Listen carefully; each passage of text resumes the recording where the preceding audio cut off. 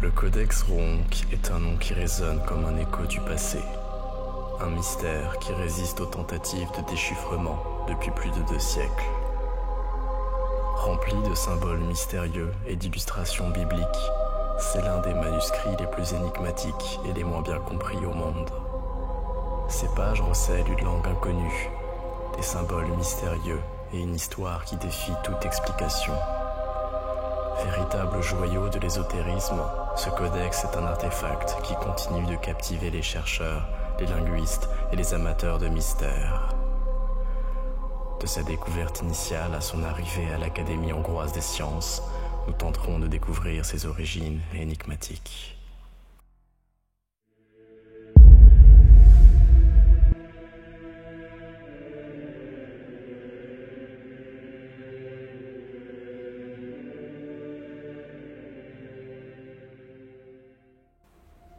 Gustav V, prince Batthyány Stratman, était un noble hongrois qui élevait des chevaux en Angleterre, où il était communément connu sous le nom du comte Gustavus Batthyány. Il était le fils du comte Antal Batthyány de Némétouchvar et de son épouse, la comtesse Maria Anna Fetesnik von Tolna. Le siège de la famille se trouvait à Némétouchvar, dans l'ouest de la Hongrie. Batthyány émigra en Angleterre, où il se fera un nom en tant qu'éleveur de chevaux de course. Mais c'est en 1838, 2 ans avant la mort de sa femme, qu'il fait don de toute sa bibliothèque à l'Académie hongroise des sciences, y compris le mystérieux Codex Ronc. Le Codex Ronc, dit aussi Codex Ronczi, est un livre manuscrit illustré d'un auteur inconnu, dont le texte est rédigé dans une langue et un système d'écriture indéterminé.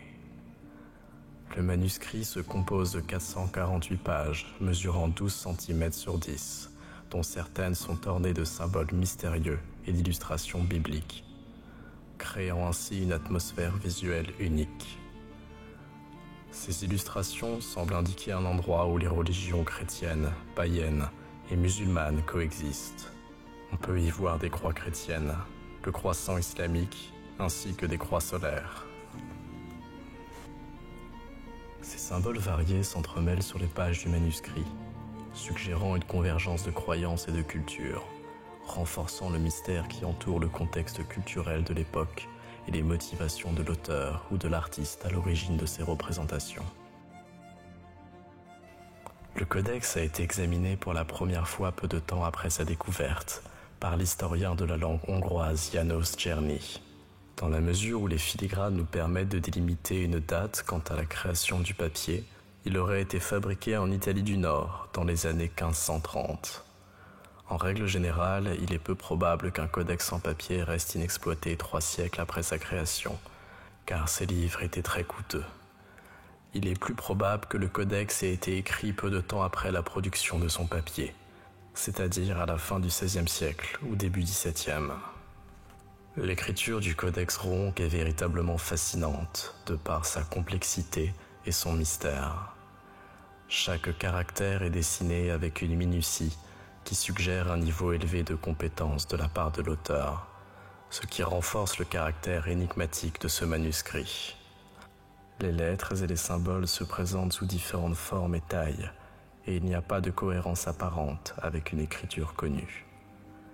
Certains caractères ressemblaient à des lettres latines, tandis que d'autres sont clairement des symboles abstraits. Aucune hypothèse sur la langue dans laquelle il est rédigé n'ayant été universellement acceptée, plusieurs théories ont été avancées, allant de l'hongrois au dace, en passant par le roumain, voire même le hindi. Certains partisans de l'authenticité du codex en tant qu'écrit hongrois considèrent qu'il pourrait s'agir d'un script paléo-hongrois, tandis que d'autres évoquent des similitudes avec l'ancien script hongrois, également connu sous le nom de runes hongroises. D'autres encore ont fait le lien avec des caractères ou des symboles similaires gravés dans les grottes des moines de la région d'Obruja en Roumanie. Des chercheurs ont même établi des liens avec la ressemblance de certaines lettres du document grec du couvent de Veszprém-Volgy en Hongrie. Une autre théorie avance qu'il pourrait s'agir d'une version du script brahmi. Cette diversité d'opinions renforce le mystère entourant l'origine et la signification de l'écriture du Codex Ronc, défiant ainsi toute tentative de résolution définitive. Ce qui rend cette écriture encore plus mystérieuse, c'est la disposition du texte sur les pages du codex. Les lignes de texte sont parfois inversées, écrites de droite à gauche ou disposées de manière non conventionnelle. Cette approche de l'écriture ajoute une couche supplémentaire d'énigmes à ce manuscrit.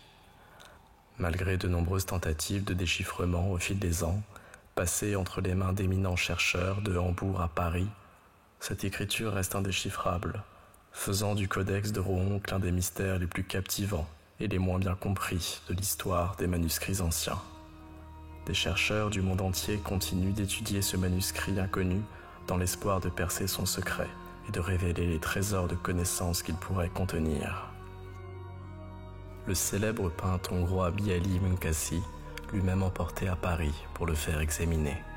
La première tentative de décryptage ayant été publiée a été effectuée par Kalman Nemaaty, qui a commencé à travailler sur le livre après son retour de Paris, où il avait séjourné pendant 18 mois.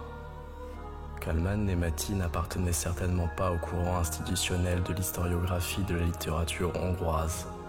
Après avoir renoncé à enseigner, il passa 2 ans dans une caverne d'ours vide où, l'on rapporte, il portait un habit de moine fait de ses propres mains, mangeait des fruits sauvages et des racines, et recevait souvent la visite des gens du pays qui écoutaient son discours et lui donnaient du blé, des fruits et du pain. En ce qui concerne le codex, il aurait identifié l'écriture comme allant de droite à gauche et a incorrectement défendu l'origine hongroise du texte. Il a publié ses opinions en son nom. En outre, il les a soumis à l'Académie de typologie des manuscrits, énumérant et regroupant les symboles du codex, dont il aurait trouvé plus de 800 significations. Malgré ses recherches approfondies et le financement du comité de linguistique, le même comité conclut. Tous ces éléments ont convaincu le comité que M. Kalman Nemaaty n'était pas un expert du codex. Nemaaty avait gaspillé son rare et formidable zèle dans une tâche impossible, et que quiconque l'encouragerait à poursuivre ce travail lui ferait du tort. En 1989, une copie du codex est arrivée en Roumanie, pendant la période nationale communiste où le dictateur tenta de promouvoir un culte de sa personnalité à travers les dasses qu'il assimile aux grandes figures historiques du pays. Cette copie fut étudiée pendant quelques mois par Victoria Enachiuk, qui affirma être capable de le déchiffrer. Et selon la publication de 2002 de la chercheuse, l'hypothèse daco-roumaine indique que le texte du codex aurait été écrit dans un dialecte latin courant de la Dacie. Selon cette suggestion, l'écriture doit se faire de droite à gauche, mais de bas en haut. La traduction affirmée d'Enachiuk suggère que le texte est un récit historique, datant du XIe siècle, de l'ère commune qui relate les luttes du peuple blaki contre les Hongrois. Il y aurait des noms de lieux et des rivières tels qu'Arad, Tribu, Olbia, Inu ou Rao. Le texte mentionne également des interactions diplomatiques de Vlad avec des personnes comme Alexis Comnène, Constantin Ducas et Robert de Flandre. Les symboles qui apparaissent fréquemment ensemble dans le codex original sont régulièrement translittérés avec des lettres différentes. En outre, les qualifications de la chercheuse en tant que linguiste et historienne ont été remises en question.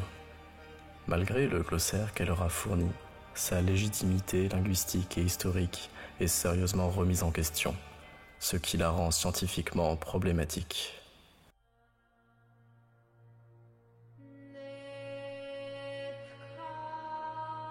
L'Indien Mahesh Kumar aura proposé une autre traduction en 2004, affirmant que le codex était écrit de gauche à droite dans une variante de l'écriture brahmi, pour produire un texte hindi qui a ensuite été traduit en hongrois. Sa réponse commence par un prologue contemplatif avant d'aborder l'histoire de la naissance de Jésus. Cela ressemble à l'ouverture d'un évangile apocryphe inconnu. Une caractéristique intrigante et énigmatique du codex est son utilisation délibérée de la technique de miroir, qui vont au-delà du simple style d'écriture de droite à gauche. Le codex contient également des représentations inversées des scènes bibliques, ce qui ajoute également une couche supplémentaire de mystère à son contenu. Cette mise en miroir délibérée peut donner lieu à diverses interprétations, allant de la suggestion de la présence de pratiques chrétiennes ésotériques visant des significations spirituelles cachées, à des spéculations plus inquiétantes sur un objectif occulte, peut-être une tentative d'invoquer la magie puissante et arcane associée au mysticisme hébraïque. La perspective de déchiffrer un jour ce codex suscite un grand espoir parmi les chercheurs et les linguistes spécialisés dans les langues anciennes et inconnues.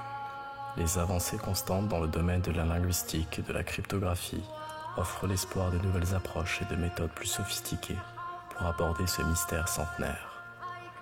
Ce défi passionnant demeure une source d'inspiration pour ceux qui cherchent à percer les mystères les plus profonds de l'histoire de la linguistique. En résumé, cette exploration du mystérieux codex de Rohong nous a plongé au cœur d'un énigmatique passé, révélant son origine incertaine, ses caractéristiques énigmatiques et les nombreuses théories qui ont tenté de percer ce secret. L'écriture inconnue, les symboles complexes et ses illustrations bibliques en font un artefact d'une grande énigme, défiant toute explication claire. C'est un rappel puissant que notre histoire est parsemée de mystères qui résistent toujours à notre compréhension. J'encourage vivement chacun d'entre vous à partager vos propres réflexions, théories et idées dans les commentaires. Peut-être que l'un d'entre vous possède la clé pour décrypter enfin ce codex mystérieux. Le mystère du codex Rohong demeure et c'est à nous de continuer à l'explorer, à réfléchir et à échanger des idées pour en percer les secrets. Afin de conclure, je vous invite à vous abonner à notre chaîne pour ne pas manquer nos futures explorations de mystères fascinants. Si cette vidéo vous a plu et que vous avez trouvé le mystère du codex de Rohong aussi intriguant que nous, n'hésitez pas à appuyer sur le bouton j'aime. Enfin, un grand merci à vous d'avoir suivi cette vidéo jusqu'au bout. Restez curieux et à bientôt pour de nouvelles aventures énigmatiques.